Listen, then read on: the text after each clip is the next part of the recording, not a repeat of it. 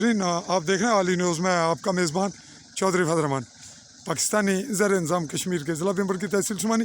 और इस वक्त 11 दिसंबर 2022 की तारीख में मगरब का वक्त है।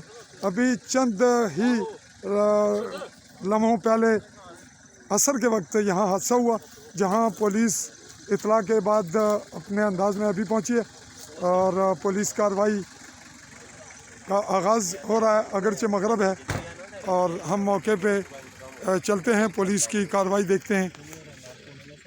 पुलिस पहुंच चुकी है।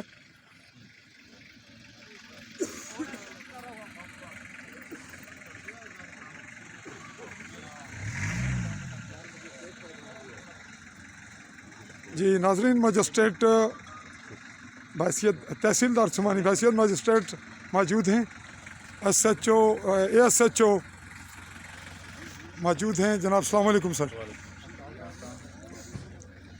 चेक करो ना अपना व्हाट्सएप। जी नाजरीन।